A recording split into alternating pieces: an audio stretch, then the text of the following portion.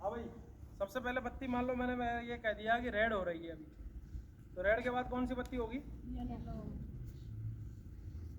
Yellow के बाद? अच्छा, लाल बत्ती पे आप सिग्नल पे रुके, उसके बाद येलो होगी?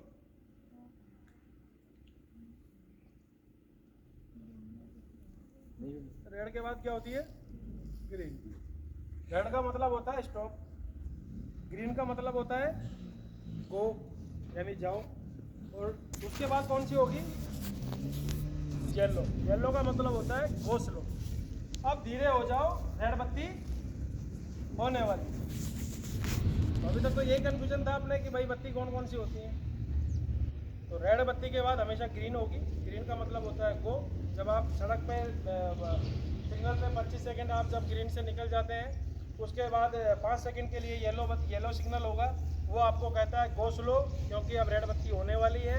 तो आप अपने वाहन को धीरे कर लें और यहीं पे रुक जाएं।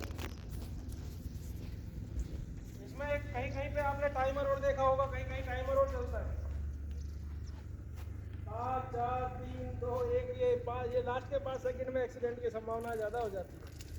क्यों?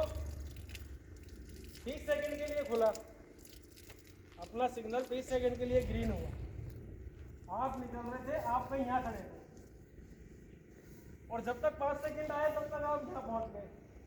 फिर आप क्या दिमाग लगाओगे?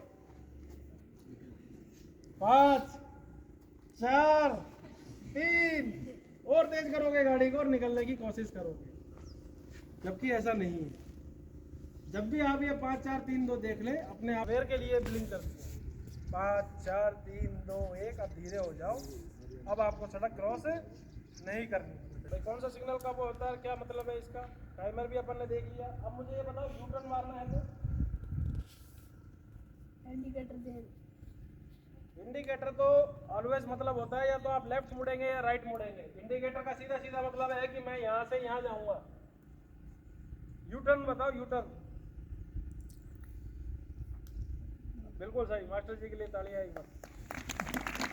आपको हाथ से कुछ नहीं करना, बस ऐसे घुमा देना है उंगली से, 1 उंगली 2 उंगली से पूरा हाथ ही घुमा देना। इससे पीछे वाले को ये लग जाता है कि आप यू टर्न ले रहे हैं, क्योंकि ये अपनी समस्या यहाँ नहीं है। जब आप बड़े शहरों में जाएंगे तो वहाँ क्या होता है, 60 सेकंड के लिए बत्ती ओपन हुई मान लो, कितनी देर के लिए? 60 सेकंड यानी 1 मिनट के लिए।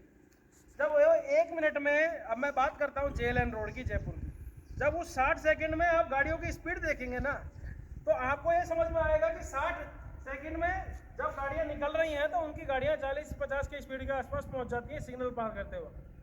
तो एक तो आपको इधर मुड़ना हो और एक आपको यू टर्न मारना हो, तो यू टर्न में आप गाड़ी को और ज़्यादा स्लो करोगे। तो इसमें तो नहीं करनी पड़ेगी आपको ज़्यादा स्लो, सीधी गई और आपने थोड़ा सा धीरे करके निकल गए। अगर आपने इशारा नहीं दिया तो इंडिकेटर का थोड़ी पता लगेगा कि आप यू टर्न ले रहे हैं। 2-5 हज़ार का नुकसान हो जाना है, होना कुछ नहीं है इसमें। किसी को कोई सजा वजा का भी कोई प्रावधान ऐसा इसमें नहीं है, लेकिन यह है कि आपका समय बर्बाद होता है, आपका पैसा बर्बाद होता है। तो उन चीज़ों को अपन थोड़ी सी सावधानी से अपन ये रखें कि जब भी कभी अपन को वापस यू टर्न मारना हो तो अपन सिग्नल दें, तो हम पीछे वाला थोड़ा सतर्क हो जाता है कि हाँ भाई ये यू टर्न लेगा, तो वो थोड़ा धीरे गाड़ी को कर लेता है। अब बात करते हैं रोड की मार्किंग की। ये रोड है अपना, ठीक है, इसमें ये बीच में टुकड़े टुकड़े बना देते हैं वाइट लाइन के, क्यों? कैसे बजाने के लिए? Hello hello. इसका सीधा सा मतलब ये है कि एक बेसिकली ये लाइन बता देता है कि आने वाले इधर, जाने वाले इधर, और आप जब जरूरत हो जब ओवरटेक कर सकते हैं। वहीं पे अगर मैं इस लाइन को बिना टुकड़े वाली लाइन वाइट खींच दूं तो आने वाले इधर, जाने वाले इधर, आप सामने से जब कोई व्हीकल नहीं आ रहा हो तभी ओवरटेक करें, अगर सामने से व्हीकल आ रहा है तो ओवरटेक नहीं करें।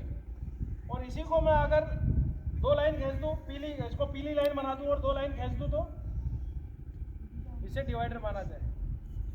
ये बेसिकली वहाँ बनाते हैं हम जहाँ पे सड़क की चौड़ाई कम होती है, और ये 2 वाइट लाइनें, जो 2 येलो लाइन हम बीच में सड़क में खींच देते हैं, ये हमें ये बताती हैं कि आप इसे क्या माने, डिवाइडर।